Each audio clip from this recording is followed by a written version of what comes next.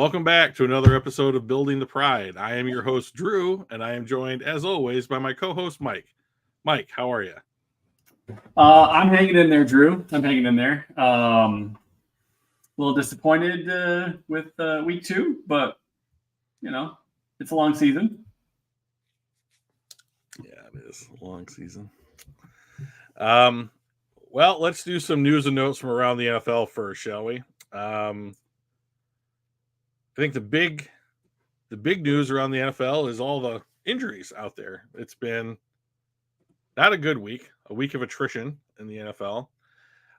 Some of the bigger injury news items: Nick Chubb out for the year with a knee injury. Let me just go to X really quickly, and we'll see what else is out there. I mean, I know that for the Lions specifically, we've got Chauncey Gardner-Johnson out with a torn pec muscle. We've got James Houston out with a fibula, I believe, bruised fibula. And we've got trying to find a graphic here. Who is the third guy that got hurt? Oh, David Montgomery with a thigh, TBD. So those are all quite negatives. We had Taylor Decker with the injury. I mean, he didn't play, but he's injured. Vaitai went out injured. Montgomery didn't play. He was injured.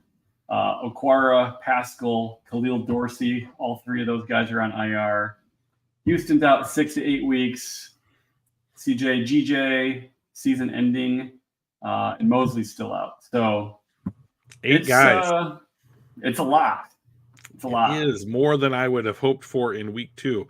Remember back in the preseason when I was like, don't care, just don't want anybody to get hurt. Yeah, this is why. This is the realization of all my dreams. So, welcome Donkey Kong. Welcome Don. Don's in early this week. It's nice to see. No Super Bowl or but though. After that defense. Okay, let's address this real quickly. So Dr. D. Tell Don. Okay. I want to address what Donkey Kong just said here. After that defensive showing, there will be no Super Bowl or bust this week. Laugh my ass off.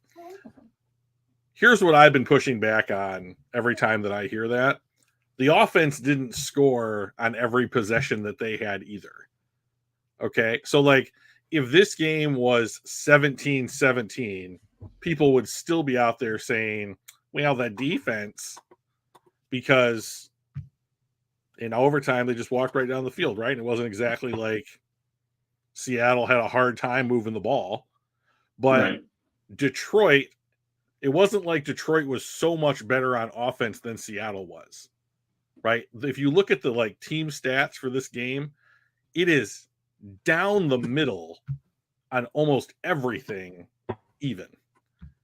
They are remarkably similar in how they played this game. The difference was turnovers. That's not the defense's fault. Okay. I'm just tired of always having the defense be the scapegoat for everything that's wrong with this team. There were some things that I thought were questionable calls. Here's one of my questions I have. How close do the Lions need to be before they'll kick a field goal? Is it the 25? Is it the 20? Because they invested more than I would say is normally invested on a kicker to reacquire Riley Patterson. And then there were at least 2 sequences where I was like, go and kick a field goal. Just try a field goal. You're close enough to try a field goal. Why aren't you kicking a field goal? And that's fine. They were 1 for 3 on 4th down. I don't know that that's such a bad ratio that people were like, you shouldn't go for it on 4th down. That's not what I'm saying. It's just that if I was in that position, I might consider saying, we have Jack Fox, who we're paying more than any other punter in the NFL. We have Riley Patterson, who we made a big effort to not only reacquire, but to give him competition to actually win a camp battle. And he's the guy that we picked. So we have to have some amount of faith in the guy. Right. Yeah. But this team did have the number one special teams unit in the NFL last year per PFF's rankings. And I'm like, it doesn't feel like they have a ton of faith in them. Now, maybe the higher upside plays are, going for it on 4th and 3 from that particular spot in the field at that time in the game. Something like that, and like I don't know this. I don't know the stats or the probabilities on that, so I'm going to have to trust Dan Campbell that he's doing quote unquote the right thing. But at the same time, like in a game that is this close, in a home opener that you should be trying to do everything you can to win, like I just wonder if maybe we're a little skewed that far. And when you do things like turn it over on 4th down, that's 2 more turnovers. They realistically had 5 turnovers in this game. Now, you can say, I'll be the first to say that the Amon-Ra St. Brown fumble at the end of the half doesn't really matter, right? Like, it was effectively a Hail Mary. He caught it. He fumbled. They went to the half. There was no negative consequence from that play. So 4 turnovers, and Seattle didn't have any. And there was also a touchdown that was taken off the board because of offensive pass interference. Not on the defense. Which was a little bit light. Like it was kind of a ticky-tack call. Yep. So but I will say, people bitched about the refs. I thought the refs were fine. Overall, there were some things that I think both teams could complain about. I think the most egregious call of the entire game, the most obviously wrong call, wasn't even against us. Or wasn't even, didn't negatively affect us. It was the absurd intentional grounding. It wasn't the guy within 8 yards of him, and it was just a miscommunication. They're like, "Well, you were between the tackles." That's right. That's the bullshit. Guy ran an out. Let's be real. He threw it to the pylon. They're like, "No, intentional grounding." And I was like, doesn't intentional grounding have to be behind the line of scrimmage? You have to be under duress. Oh, right. You have to be under duress between the tackles, and the ball, I believe, should be has to be across the line of scrimmage. I see. Across the line of scrimmage, he was not under duress. The only thing that was there was he was between the tackles. That shit happens all the time for quarterbacks and wide receivers. Yeah. So they got screwed. But I don't feel bad for him because right. it all because we'll take it, right? And I thought Hutch got held at the very end too, right? That was kind of the second most one. And you're like, you didn't call it. That said, they were going to score. All the momentum was going their way. They had all the confidence in the world, and we were just not stopping them from scoring. Oh, Hefe's in chat. Hey, Hefe. Nice win in Jacksonville. Hefe. Yeah. Oh, and Mahomes got a little payday, huh? Restructured his deal. Oh, yeah, he restructured. They got they front loaded $260 million or some crazy number, so that his average over the next 4 or 5 is back up in the mid 50s, and it's not as high as Burrow, but if I was Patrick Mahomes, and I was I'm fine sitting on my 45 with my Super Bowl victories and my AFC Championship wins, and the fact that everyone considers me by far the best quarterback in the NFL. I'm sitting on a cool 45. Everything is great. Every single year for the next 6.5 years. Yeah, forever, basically. His contract, I believe, runs through 2031. Sounds right. It was a 10-year deal, right? Such a long time. Take that, Bobby. Bobby Bonilla. Oh, boy. Oh, Bobby Bonilla has the best contract in sports history. Bobby Bonilla Day at Met Stadium. That's fantastic. So, but I do want to kind of complain a little bit about this game because I didn't think it looked that much different. Speaking now that Hefe's in chat, this feels appropriate. I didn't think that the effort or the game plan or just the overall performance differed that much from what we saw Thursday night in Kansas City. I agree. And I was like, got some things to work on. Didn't love it. Loved the win. Always love winning. But I feel like I saw the same performance in week 2, and it resulted in a loss. And I think a loss to a good team, but a team that is not as good as the Chiefs. And I thought, you're at home. You had more time to prepare. You know, I feel they had the more extensive injuries coming in. And nothing happened. I mean, like, Goff played well. I'll give Goff credit. Goff played well, but like, there was one key mistake. Yeah, I was gonna bring that up, like, just because I thought this was outside of essentially 2 plays. One was just, the pick six, right? That ended up being the difference of the game, but that wasn't the reason why we lost. As much as it's fun to pick on someone throws a pick six when you lose by 6. It's fun to do that. It's not the case. Like that was all the numbers matched. Yeah, the numbers match up. Mm-hmm. Therefore, no. But then the other one was 2 plays before that, where he got a little bit of pressure, but like Gibbs was wide open down the left side, just sitting there going, I'm here. Literally everybody in the stadium doesn't know I'm here. So if you find me, it's a touchdown. And he didn't find him. I want to say it was a sack, but like, so that was a bummer. I think that it would have been good if he would have recognized that as his out. But those outside of those 2 plays, his balls were on target. He had good ball placement. He didn't throw behind. His decision making was generally pretty good. Like, I thought that was one of the best games that he played as a Lion outside of those 2 plays. Sure. Which, he's human. I'm not going to expect perfection. So, like, I'll take it. Like, if he plays like that every single game, I think we're going to do some good stuff. Well, he just played like that this last game. And they didn't win. Correct. So, it's a fairly small sample size. Is it?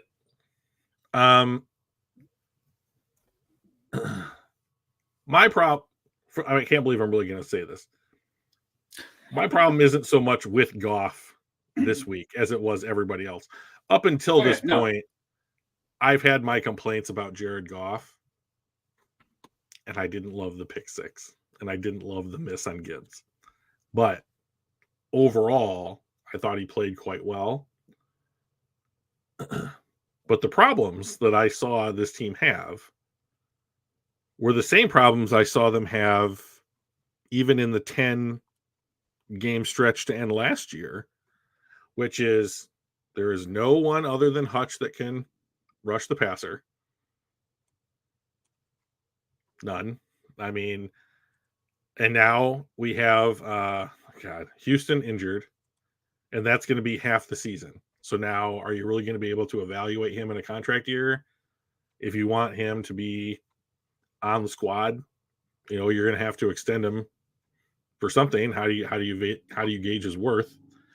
And then, Dr. Detroit knows exactly where I'm going with this because I will not shut up about it, and I probably will never shut up about it. But there's no one else to pass. I mean, like, if it wasn't Jalen Carter, because of all the reasons they didn't draft Jalen Carter, fine. It could have been somebody else. There is no second corner across from Cam Sutton.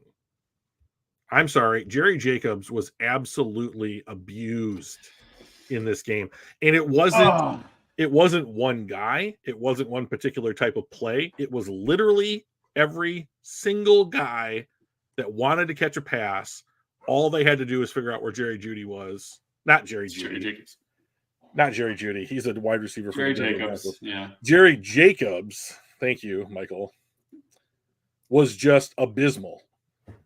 I believe this is coming from memory, so I'm probably going to be off just a touch, but I believe when they were targeting Jerry Jacobs, they went 8 for 8 for 85 yards in a passer rating, which frankly is just a dumb math problem of like 142. Yeah. But like 8 for 8, 85. Like literally everything they did was like, oh, this is our easy button. Go toward Jacobs. He was a nightmare. Yeah. So So, frustrating. and then of course Decker wasn't playing, and that affected what, 3 positions. So Sewell goes to the left, 1. Vitae goes to right tackle, 2. Or stayed at guard. I don't really remember, No, because I saw Matt. I stayed at guard. Matt Nelson was on the right. Matt Nelson came in at right tackle and was terrible. And what's his name? Nwosu lived on the right side of the line and was just a real problem for them the entire time. They should give some reps to Gilmore. Yes, clap, clap, clap. I'm very much on board with that idea, Donkey Kong. I think that's excellent. Mike, could you make that bigger, please? I'm getting there. I'm trying to click and click. The words. So the reason I bring this up is we were talking about Jalen Carter, and Jalen Carter this is for the whole year. This is not just for rookies. He is currently the 11th best graded defensive lineman in the NFL. So he's getting about 30 snaps a game, right? So that's.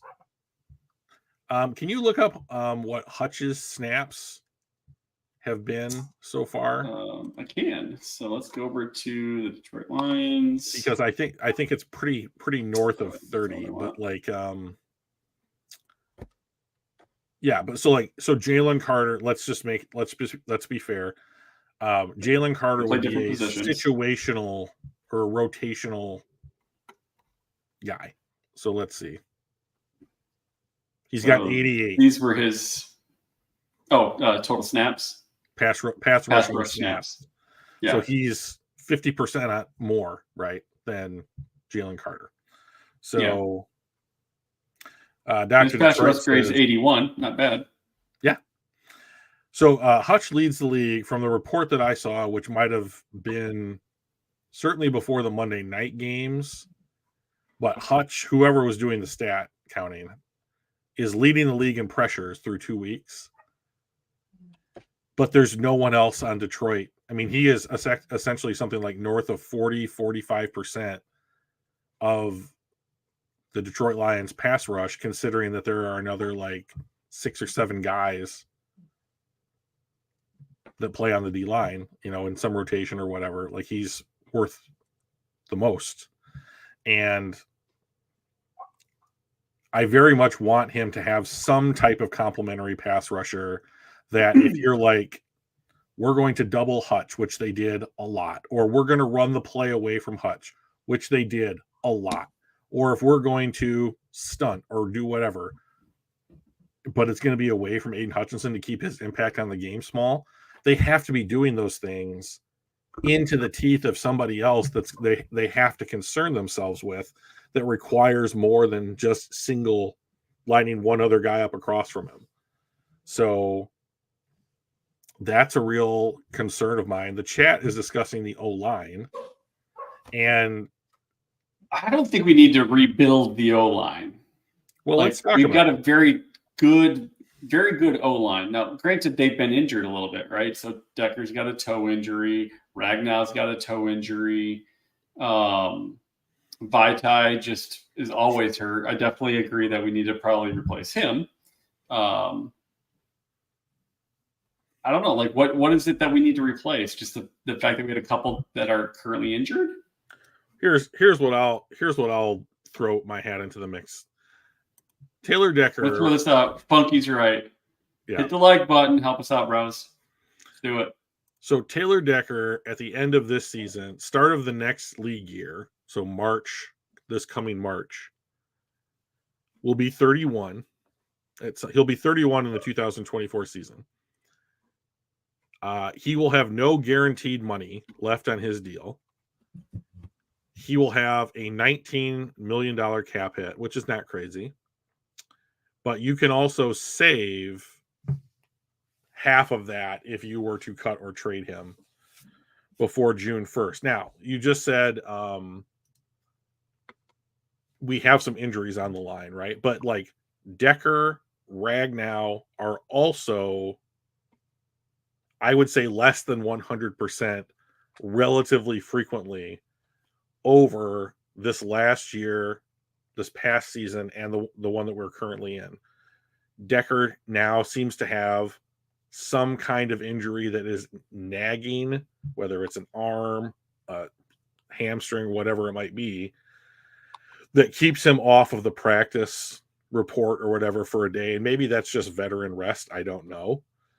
But Ragnow will always have the toe injury. That's never going to get any better, he said, until he retires and he can effectively amputate it and like grow a new toe on or whatever it is they do for ex-NFL players and that kind of stuff. So, I mean, like those, and like Ragnow has played well. I'm not going to mince words. Like the dude he has not given up a sack or a pressure.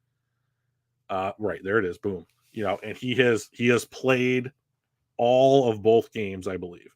So, but I don't think that he is 100% healthy. I don't think that Decker should ever be considered 100% healthy. Yeah. And so, like, you are committed to Ragnow through like 2026. Like, he's the longest tenured player on the team currently. So I think that though, and you're going to have to so Jonah Jackson is up at the end of the season. You're going to have to figure out what you're going to do with Jonah Jackson. We've laid out our thoughts on that. But Vaitai has now had a season. He's been out a season last year. He played for a game and a half or whatever it was, and now he's hurt again. I don't know for how long, but it also seems like that is becoming a repetitive process. So I think that you could look at, if you really want to go all in on it, and I think that where they end up in the draft order is probably going to be pretty important. Yeah. But like, I could see them saying like Taylor Decker might become available if the right offer were to come along. And then we can make a decision about playing Sewell on the left or on the right. Probably if you get rid of Decker, you'd re-sign Jonah Jackson. But then you're basically saying, I need a right guard, I need a right tackle. And kind of the cohesiveness of that offensive line changes. And it's, like Brad Holmes said, this offseason, it's a lot worse to get. It's easy to get worse at quarterback. Well, same thing applies to every position in the NFL. Yeah. So what is he saying here? For only 1 minute, I draft 1 OT, 1 center, no guard, and 2 on first, the other 2 don't. Those are all good thoughts. We need Jesus. That's what we need. I mean, he can walk on water. It's a neat ability to have. But one of the things I brought, because we talk about analytics a lot, so I figured we'd take a look at our grades. This was strictly from week 2. Yep. It was not. I mean, some of these guys did not have great weeks. Dr. Detroit says, "Hey, Gibbs is looking real good on the chart." He's a rookie. Like, I mean, I can't imagine we expect too many rookies to be like 80s and 90s right from the start. It happens every once in a while, but that's not something we can expect. I would expect that these are going to be better numbers as the season goes along. Whoa, right? Time out. Oh, Crimson. Oh boy. No, sir.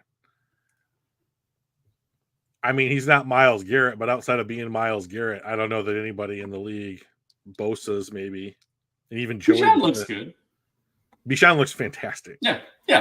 But I'm not discounting that. I'm just saying, like, just because Bijan is like, he's been great, doesn't mean like the expectation is every player as a rookie is going to be a not every player.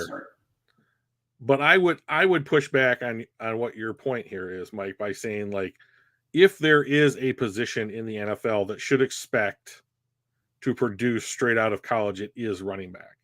And I would accept that. Yeah, that makes sense. Yeah. And this is not speaking to your point that you were making.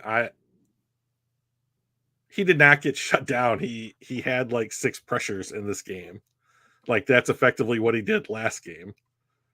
I mean, it's not on Hutch. It's on the fact that, like, they clearly designed their offense to run away from him, and they double because that's the only threat they had. Yeah, I mean, we if you have. go back and watch, he's running into 2 or 3 guys on like the overwhelming majority of the plays. Like, and that's because Seattle can afford to do it because there's no one else they have to concern themselves with. So yeah, they pay way more attention to him. I mean, it's not like he was getting lined up one-on-one and losing those battles. So yeah, I don't know where that's going. I think killing it. I'm gonna let that slide because I think Crimson is disappointed and he's trying to find a place for those emotions, you know. So, but I mean, on paper it is Detroit. I mean, like on paper, when everybody's healthy, the problem is that they're not. You know, that's the. I mean, that's the problem. So, anyways, back to Gibbs.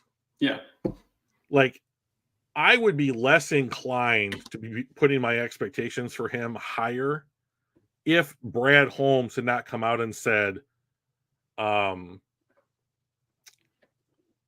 we don't. I would have taken him at 6. He's an offensive weapon. I'd take him at 6. Other teams were going to take him high, and I'm like, okay, then like he's a running back, and so like we should expect to see production pretty early. It's not like a quarterback that has to have the game slow down for him and that kind of stuff. So like, let's see it. And like the snap count, giving rushing attempts to Craig Reynolds late in the game. I just didn't understand it. Reynolds only had 3 carries. Well, it's 3 carries. I mean, it's 3 touches that Gibbs should have. Well, I don't disagree.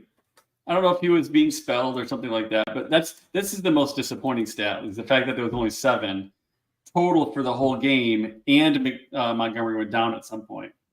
Like, I was expecting the tide to start shifting where Montgomery's touches were going to go down, not through injury, just because I thought Gibbs was going to become a bigger piece of that. And maybe they will. I hope so, because that's why you draft someone that high, is to be a large piece of whatever side of the ball they're on. Right. So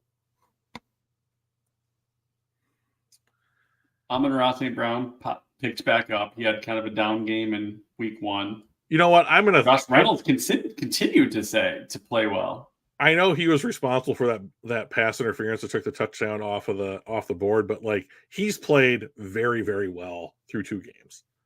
And like St. Brown? Well, of course St. Brown, but Josh Reynolds. Oh, yeah.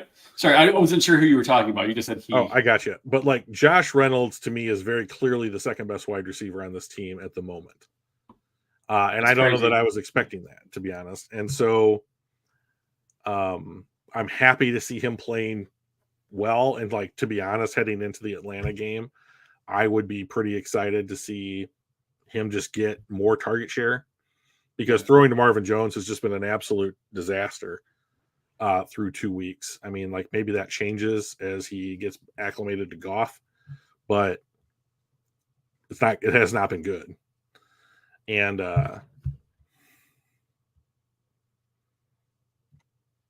13 for 17. Wow. Where does he have the lion's share of his stuff? 0 to 10? Yeah. They love the cuts, the cut. West Coast offense is built. He is built for a West Coast offense. He is the quintessential definition of, you know, and like there were times where I was like, push it downfield. And then I was like, wait a second. No, he does not push it downfield. He's not Matt.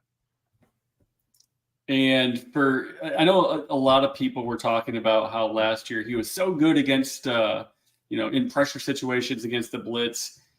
He wasn't even really that good last year in those situations. But when he's kept clean, he was balling out when he was being blitzed. Well, I mean, yeah, but that's not what he was. I don't know. He's kind of an anomaly to me.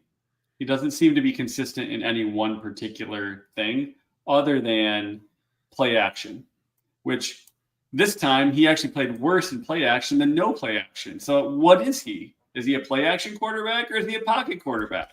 Well, I think that last year he was 30th in non-play action and third, I think, in play action. Like he was, And now it's just like I don't even know who he is. Yeah, I mean they ran an absolute ton of play action last year for him, and I think the additions of Laporta, Gibbs, they certainly expected JMO to be on the field at this time in the offseason. I think that led Ben Johnson to say, okay, we're going to take what we learned about Jared Goff in the second half of 2022, and we're going to expound upon it. And I think this is what we're seeing is that what they want, I think ultimately what Ben Johnson wants to do is we want to run play action because it's just great. And like every team in the NFL wants to run play action. But like also what we want to do is we want Jared to be able to 3 to 5 step drop and then hit Laporta for 7, or hit St. Brown to just move the chains. And like, this is not going to be a big play offense. They are super creative when it comes to their running game, but like their passing game is kind of plodding, and like it just helps that you have 2 very sure-handed catchers in Laporta and St. Brown on the roster. But I wonder if they have to go out and get a running back to replace Montgomery for however long he's gone, because I loved the way that David Montgomery was running. I didn't love the fumble.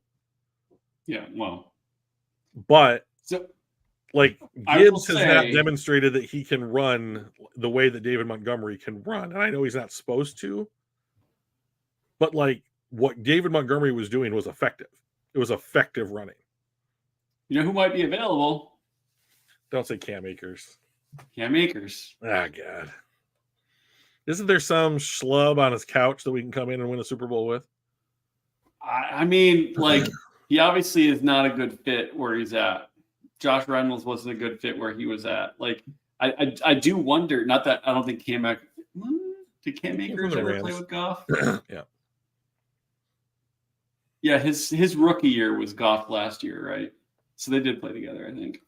But I don't know. Maybe he just needs a change of scenery and we need a little bit of depth. I don't know that I understand it, but like, I don't know that I really want to trade any pick for a guy that for whatever reason is in the doghouse in his own team. I mean, like, I just think that there's probably enough running backs that can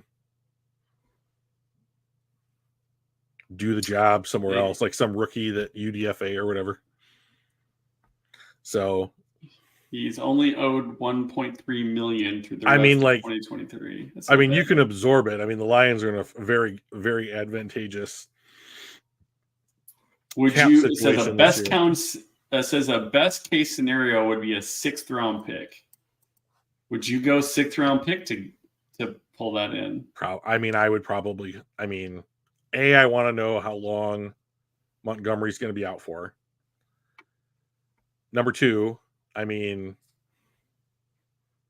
if he's going to be out a few weeks, they might just run with Reynolds or give Gibbs an increased workload to see if they don't have to invest that. I mean, I would probably go that route as opposed to trading for Cam Akers, because then, it's a roster spot. It's a one less pick, and it's for how many games.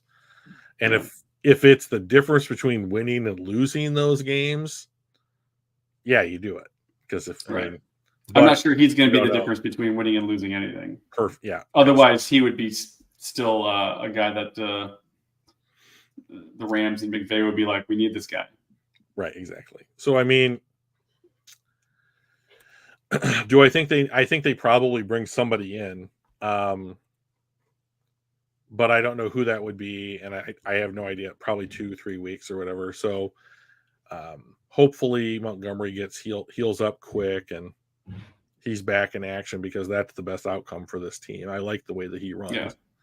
He was running really well. He was pushing the pile. He'd run into someone on the a yard and a half in, and then push, fall forward, and end up with 6 yards somehow. And that's not what Jahmyr Gibbs has done so far. I'd like to see more out of Gibbs. I think everybody does, right? You don't take someone at 12 and not expect a little bit more. Zonovan Knight got signed to a 53 today. He'll get some stat. Okay. Right. I don't remember who that is, but I'm glad they signed a dude. Thank you, Zakwa. That's helpful. Yeah, but this is essentially why we are struggling. Yeah. Our pass rush has Kirby Joseph was second on the pass rush. Yeah. Yeah, he had one pass drop snap, and it was he nailed it. Decent. He nailed it. It was so decent. Here's the thing about Kirby Joseph. Like, I was watching the game, and every time that Kirby Joseph hit the ground, I was like, oh, he does not want to get up. He is not popping right back up. Like, I don't think that he was hurt enough to the point where he couldn't play, clearly, since he played almost 62 snaps. Oh, that's for the year, right? Or was this just second week? This is just the game. Okay, so he played 60 snaps, but he was not completely healthy. Yeah. And now that Chauncey Gardner-Johnson is done for the year, Tracy Walker is going to get a lion's share, all those snaps basically. And you'll probably see Brian Branch a lot more, which could be good. I like Brian Branch quite a lot. I don't think that Zonovan Knight is going to play a ton. I think he's more like an emergency back or whatever. But here's my problem with the way the defense has been playing. There doesn't appear to be anyone who's distinguished themselves as a difference maker so far through 2 games of this season. And I think that matters. And we're going to go play Atlanta. I think Atlanta's coming to Detroit next week. And they are just going to run the ball. That's their whole scheme. And I wonder if we're going to have a really difficult time stopping the run. I mean, Broderick Martin, I don't believe, has played yet. Onwuzurike did not have a very good outing this last week. And, Comiskey's a little undersized for a DT. I mean, I wonder if we're going to have a difficult time stopping the run. And if they can't stop the run, I don't think they can beat the Falcons. So. And that's where I thought we were going to be much better this year, to be honest. I thought stopping the run was going to be the big difference between, when we play Geno Smith and Patrick Mahomes and Justin Fields and some of these guys that are active runners. And I'm like, all right, we held up Patrick Mahomes pretty well. And to be honest, we held up Geno Smith as far as running pretty well.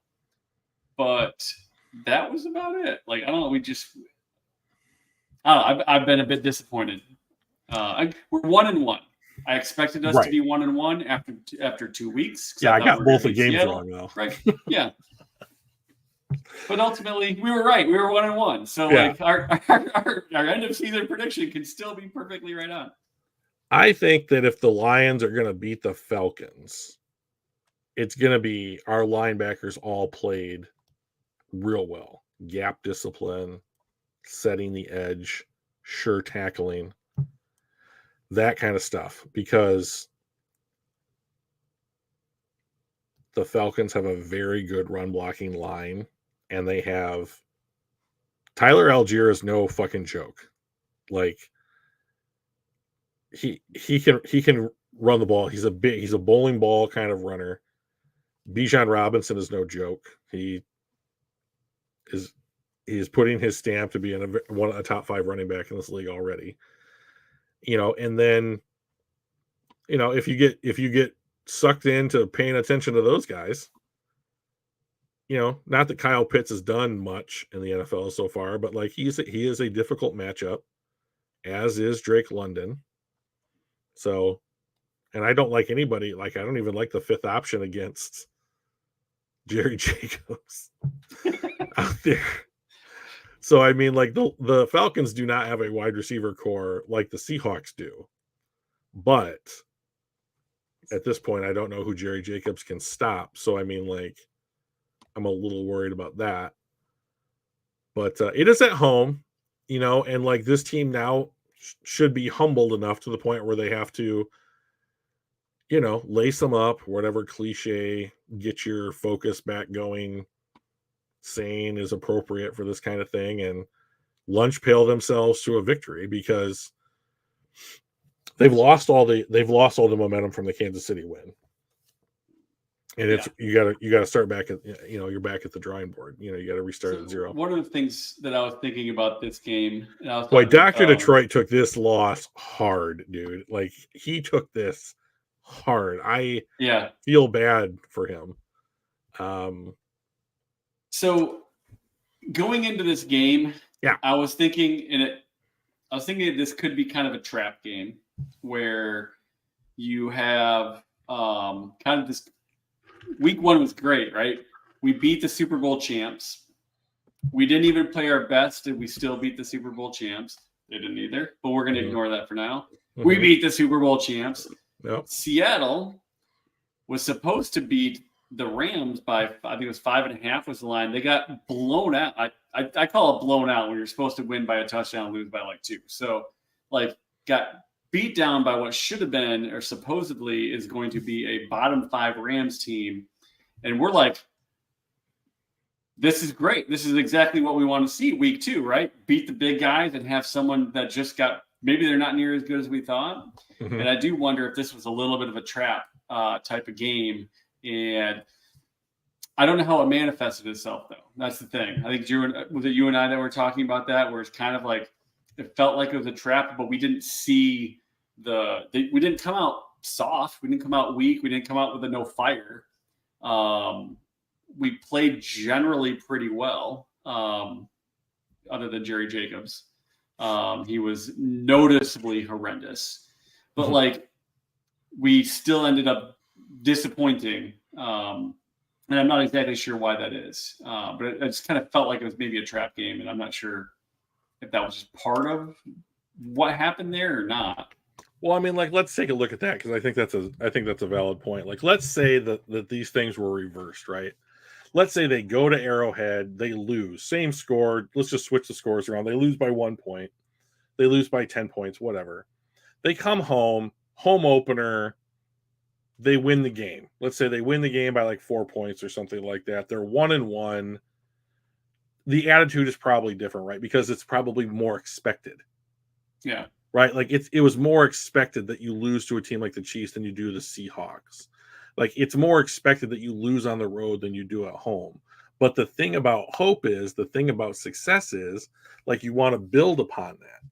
And so when you go into Arrowhead and you get that victory that you weren't necessarily expected to get, it's okay, well, my expectation was 1-1, but now we have a chance to be 2-0. Oh, I'm with you, Detroit. I'm with you. I'm not thrilled either. I mean, listen to my words.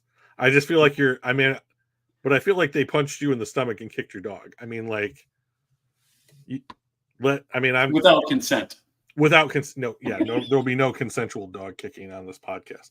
But we had an opportunity to be 2-0 and to kind of take a grasp of the North right off they did kick your dog. Take control of the North right off the bat, right? Set a tone, lead from the front, establish themselves, right? That's, I think, the step that the fan base really wants to see this team achieve. Not can you go 9, 10, 11, 12 wins, whatever. But can you come out and establish that you are the best team in your division? And that did not look like they were. And so that, I think that is the problem. And it's kick your dog. Do you remember in Anchorman when Jack Black kicks Will Ferrell's dog off the bridge and it's very clearly like a puppet? That's a hilarious scene. Oh, it was so funny. That's always what I kind of think of when something completely unexpected and terrible happens, right? And it's that's how I roll. And he just kicks the dog, and the dog goes off like the right side of. It's not even a good kick. It just happens to make it over the bridge. He's like head tailing it all the way down. It's a stupid yet hilarious film, but kind of a classic scene. But like that's kind of what I feel like, like I really care about this team, much like Will Ferrell cared about the dog, Buster, I think his name is. Buster? Anyways. I don't even know if I've seen it. Well, I mean, I watched it in college, so I mean, it's 20 years old, but like, I mean, I know what it is, but yeah, I mean, it's just kind of a slap happy, made to entertain comedy. It's not trying to get a message across or anything. So like, like something that we all care about, how well this team performs. They didn't win. We lost players to injury. Those are all feel bads. They didn't. I don't particularly think they played as well as they were playing at the end of last year. So to me, it feels like a tiny step back. They're 1-1. Dr. Burr is correct. I'm sorry, Don Burr, not Dr. Burr. I'm getting everybody mixed up. Don Burr is correct. Like they're 1-1. There's 15 weeks to go.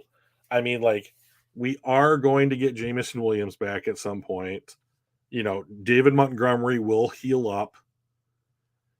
Mosley should be coming back at some point. Like there are things on the horizon that are positives for this team, right?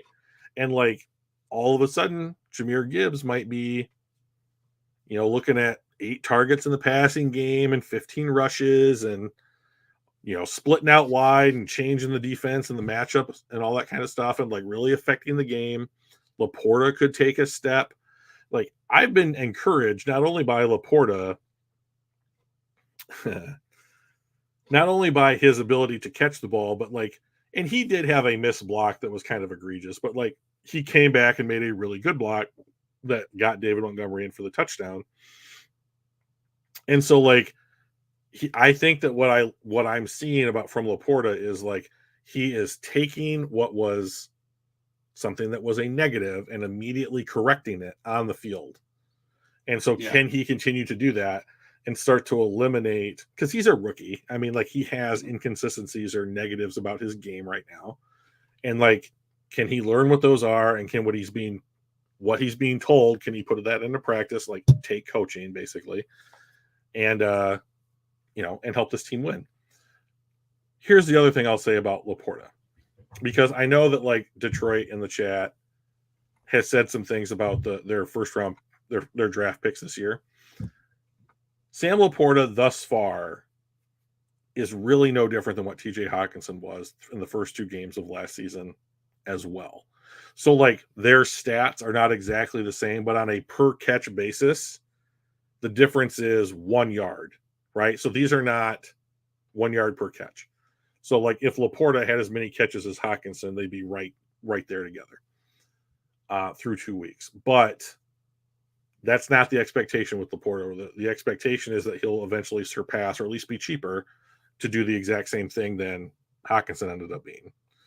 Thank God that we made that trade. But they're also, I mean, outside of maybe 4 people in the NFL, tight end is just not a position that changes the game. Right. Unless your name is Kittle, Kelsey, Andrews, and like maybe what's his name? Warren? No, not the other guy. Waller? Waller. Yeah, Darren Waller. Thank you. Yeah, I wouldn't put him in the other category though. Yeah. I would just Kittle, Kelsey, Andrews. and Andrews. Yeah. So and Hawkinson's not up there. No, sorry. I would say not. I would agree with that assessment. So, like I do think that if you watched our draft special and you saw my face when we made those picks, you would know exactly how I felt about it. I mean, like talk about like I felt like a little kid in a grocery store, ice cream cone, balloon in one hand, and some teenager came along and popped my balloon and knocked my ice cream cone out of my hand. I mean, I literally felt that way. But Jack Campbell is getting snaps, but they're playing 4 linebackers in a rotation right now. Like Barnes has earned some playing time. Rodriguez was in on the game. He didn't play great, but he was in on the game. He got dozen snaps or whatever on defense. And then of course Anzalone for whatever reason, and Campbell, and so they're shaking the tree, I guess, to see how it's going to play out, because they're all giving them a chance right now early in the in the in the season. But I think that'll work itself out. But like, I think that the fan base coming off of Patricia year 3 of Holmes is kind of tired of, we're waiting for these guys to develop into more impactful players. And I get it, because I'm there too, and so I don't know what else to say other than we have to continue to be patient, but. So who would your Lions stock up stop? I mean, obviously Jerry Jacobs' stock has plummeted. I would be crash. But like, outside of Jerry Jacobs, who do you think was the biggest stock up, and who do you think was the biggest stock down?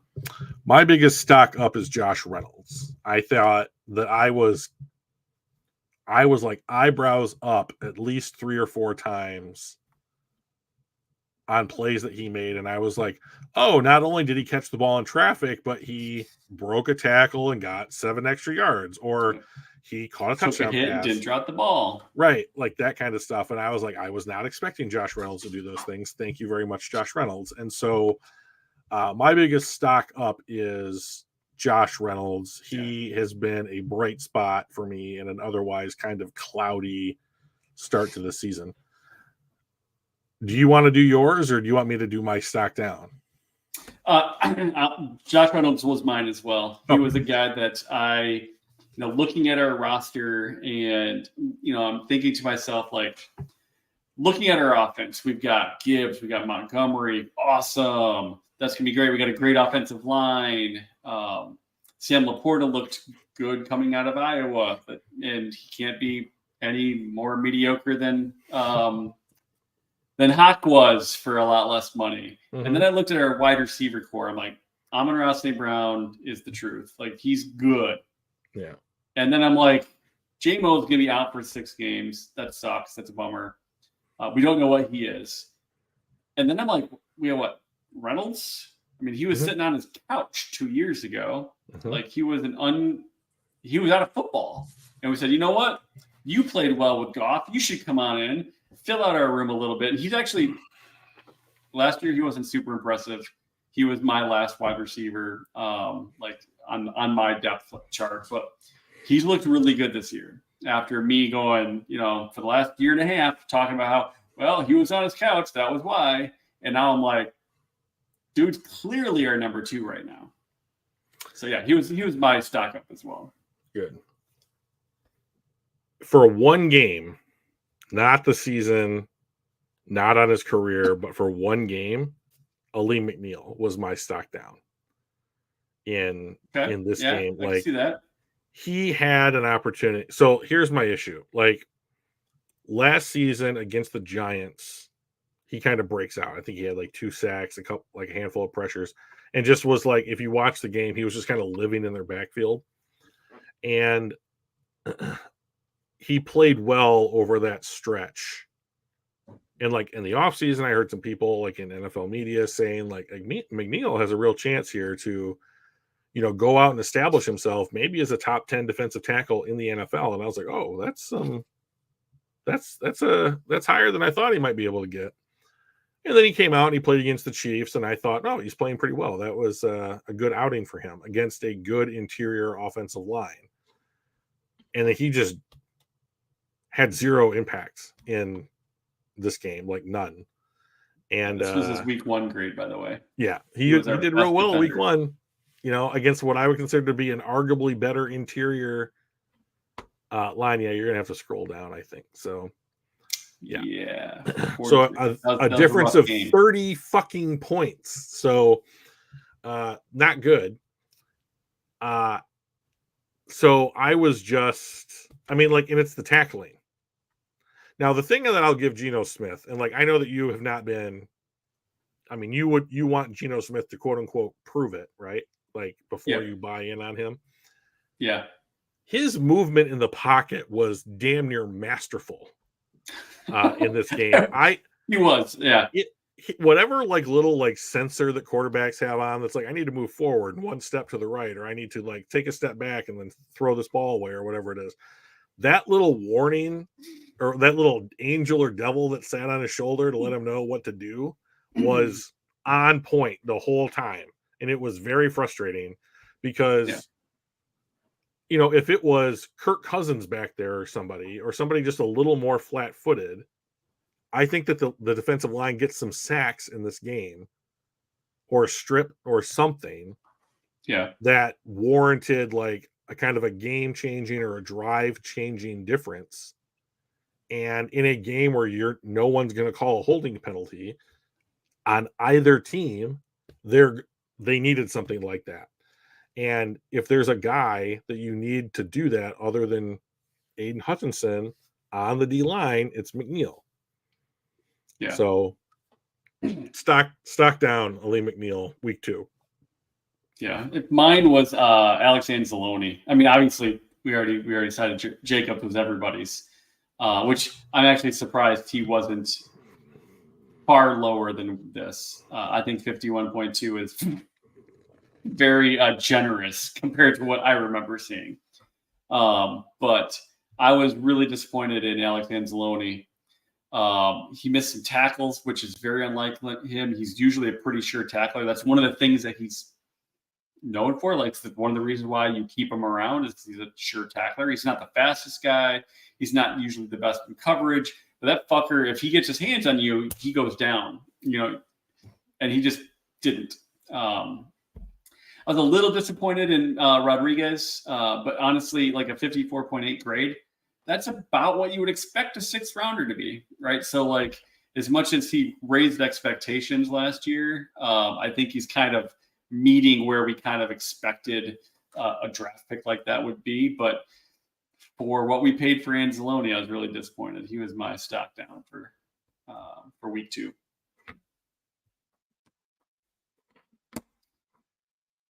Week 3. We've got coming up, it's home against Atlanta again, right? I think so.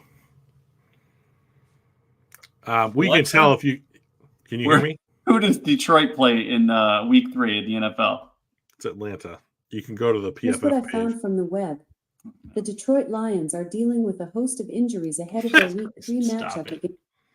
I got the schedule right here, dude. All right. Let's see. Detroit. Sorry, I don't know that. Turn her off. It's it's Falcons at home, 1:00 on Fox. Okay. So I don't like this for the Lions. I don't like it at all. So here's my path for victory for the Detroit Lions in this game. You need to make Desmond Ridder make mistakes. Which means that he has to throw the ball or be put in positions to make decisions. And if he's handing the ball off, he doesn't have to do any of those things. And to be honest, with let's call him a rookie because he didn't play last year. That's what you do to try and win the game. Now, get some pressure. I don't think Jared Goff needs to outplay this kid, basically, like significantly outplay him. You think? Yeah, I do. Yeah. Like someone that's getting paid $30 million and wants to keep his job. Yeah, this is definitely a game you need to outplay the second-year pseudo-rookie that looks like his passing grades are 51.8 and 43.4. Yeah, he's not great. Yet. I don't want him to get great this week. So the week after is fine. I don't think that their defense is great, but I do think they have. Here's what I'll say about their defense. I think that like AJ Terrell is a top flight NFL cornerback, right? And I don't know that the Lions can point to their defense at any position and say that's the dude on our squad that is top 5, top 10 at his position in the league, even Hutch right now. Yeah. And I think we have a bunch of dudes that work real hard, and there's some talent there. But I think that they have stars. Yeah. Oh, Jesse Bates. Thank you, Zakwa. Oh, by the way, did everybody see the game that Jesse Bates had in week 1? It was literally ridiculous. It was like 2 picks and he forced a fumble. I mean, That's the guy. it? I mean that, yeah, right? You know, but like he had an absolute beast of a game in week 1. They lost that game, I believe, but no, they think they won. Aren't they 2-0? They might be 2-0. They're 2-0. Yeah, they won 24-10. Okay, so like let's look at that right real quick. I think that if the Lions have a game offensively like they did in week 2, they win the game. If they can get to 28 points, I think they'll beat this team. Atlanta doesn't score quick, and the clock is going to continue to run. And so if Detroit can put up 30, I think that they're going to be just fine. But you gotta. Looks like we only need to put up 26 right now. Well, right. Let's give ourselves a little cushion there and call it 30. But like, you can't turn the ball over, you know, and you can't make dumb mistakes. So, you know, if they're, I think what I would love to see, coin flip, Detroit wins, takes the ball, gets the first points on the board. I don't think the Lions are built to come from behind. I think they're designed to play from ahead, where they can dictate pace, they can dictate tempo, they can just dictate the offensive game plan to the opposing defense and not be forced in, because they just don't have the talent at individual positions to say, well, it doesn't matter what position we're in, we're just going to go out there and like fling it around and like play backyard football and that'll work out for us. I think they got to. We don't have the downfield push in our offense, right? That's why we can't play from behind. Make the other team predictable, and then I think the Lions are going to be okay. So coin flip, get the ball, go score 7, maintain that shit the rest of the game. So right. Easy. Is there right? anything that you're looking for? So outside of the scoring first and maintaining, is there anything that you're looking for from any particular players? Like for me, I'd really like to see Hutch get to the quarterback. I'd really like to see somebody on the other side of Hutch make life difficult so Hutch can get to the quarterback. I'd like to see Jahmyr Gibbs be the weapon that he's promised. Like that's the thing I'm really most excited about is I want to see, hey, David Montgomery's out for the whole game now. Like there's no splitting carries with Montgomery.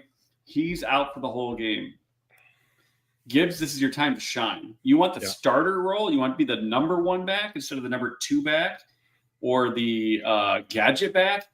This is your time. Go earn it. And that's what I'm hoping to see this on Sunday. I think Brian Branch should spy Bijan Robinson and just follow him around wherever he goes the whole game. Brian Branch is an exceptionally good tackler. Bijan Robinson's car crash collision when those two hit. It's the immovable force versus the immovable object versus the unstoppable force. That would be cool. That would be cool. I think it's going to be a real treat to watch Bijan Robinson, to be honest. I'm going to say something, and I don't want people to take it out of context. He reminds me, in the way that he runs, a little bit of Barry Sanders. I mean, he's very good at the very small movement that gets a guy to move just enough so that he can then cut or change direction or turn his shoulders or something and get past the guy. I'm not calling him Barry Sanders. I'm not doing that. I'm just not going to do that. But the manner in which he runs with the football reminds me of Barry Sanders, right? All work done. Work done with that shifty kind of guy too. I'm not going to do that. I mean, Warwick did play for the Falcons, but and he also tore up a knee as he was trying to emulate Barry Sanders in practice ahead of one of our games. That's a bummer. Yeah. But to me, I think that the key thing is like, I don't think so. It's going to be kind of like the bad boy Pistons defense, like on Bijan Robinson. Like when they played Jordan, they had the Jordan rules, right? Which is like, you can't really ever stop this guy completely, but you can, if you can limit him to 80% of what he is, the rest of the squad can't beat you. I thought the Jordan rules were you could carry, you could travel, all that. No, the Jordan anybody rules breathes were, on you funny, you got a foul. Those were the Jordan rules, right? well, that's any star in the NBA that draws ticket sales gets that rule. But like, yeah. The Jordan As a rules Pistons were, fan, it felt like it was more Jordan. And maybe he started that, or maybe it was just like when I was paying attention, that was just always like, as a Pistons fan, you're like, seriously, you can't even look at the guy funny without drawing a foul. well, they fouled him. I mean, oh, yes, they did. They made it hurt. They're like, if you're going to call a foul anyway, I might as well make it bruise. Those were the rules, right? Like the rule was if he left his feet, he couldn't land on them. Yep. And like you had to, like, if you were going to foul, you had to foul hard enough to the point where he couldn't attempt a shot. Yeah. And like they beat him up for years because they knew that he was too good to just normally play against. And like, I think that Bijan is a little bit of that, where to the point where you need to pay special attention to that guy, because if you take him down to 80%, the rest of the team probably can't beat you. And I would put our best tackler, Brian Branch, on to shadow Bijan Robinson as much as you possibly can, because if you can keep an 11-yard gain down to 7, that's a big deal. So Zayko says, I want to see Gibbs outplay Bijan. That's a real tall ask. The question is, if Gibbs outplays Bijan, is that an indicator that we probably won the game? Yes. That was 100%. kind of my thought too. Yeah. So to me, with a team like Atlanta, who I don't think can score quick unless there's some crazy play like a fumble return for a touchdown or a punt return or something like that, if the Lions can be the team that once again like dictate like clock management, dictate tempo and that kind of stuff, and like put Atlanta into a position where it's like, oh, well, Detroit's going to get the ball to start the second half, and like they just went up 10, and now we have a minute 45 to go down the field and try and like get a field goal or like even the, get the game closer. If they can be like, well, we're going to put you in that position, and then we come out, and get another field goal or maybe a touchdown or whatever, and now we're up 2 scores, maybe 3 scores or whatever the case may be. Like, now you have to effectively move away from what you're good at. Like, can the Lions put the Falcons in that position? And like, they're not a dynamic offense. They're just really good at what they do. And so like, this is the kind of team that like you can do that against. Like, I don't know that you can do that against a Patrick Mahomes, because he's as good outside of structure as he is with inside it. So, yeah. With inside. Well, we'll see what happens on Sunday. Yeah. It's a 50-50 game right now. It's kind of a coin flick. I like the fact that we're at home. But and I'd like to see Gibbs take it to the next level. And I think if he does that, we end up winning. Any other closing thoughts before we beg everybody to like, comment, subscribe? Oh, I just did that. Like, comment, subscribe. Just that Minnesota and Chicago is absolute trash right now. And, I'm happy that even if we couldn't win, they also did not, and like Atlanta beat the Packers this week. So everybody in the North lost. So we didn't lose any ground on the North. We just didn't take control of it. But so I think that like, if you go out and you can beat Atlanta at home, like you need to win home games. Like you got to win home games. Like you're going to get one more home game, I think, this year than you're going to play on the road. But you can't give these games up. These are the games that you should statistically win most often. So got to protect the home field. All right. Well, today is my mom's birthday, so I'm going to give her a call and wish her a happy birthday because she is amazing. I know you guys all have great moms, not as good as mine, but that's Wow. okay. I know it's a tall order, but she is an amazing woman. She dealt with me. She birthed me and then dealt with me. So both of which are amazing feats. Yeah. So we will see everybody next Tuesday, 7 p.m. Hopefully. We'll be really positive about the whole situation. Yeah. Let's do it. All right, guys. We'll see y'all. Bye. Peace.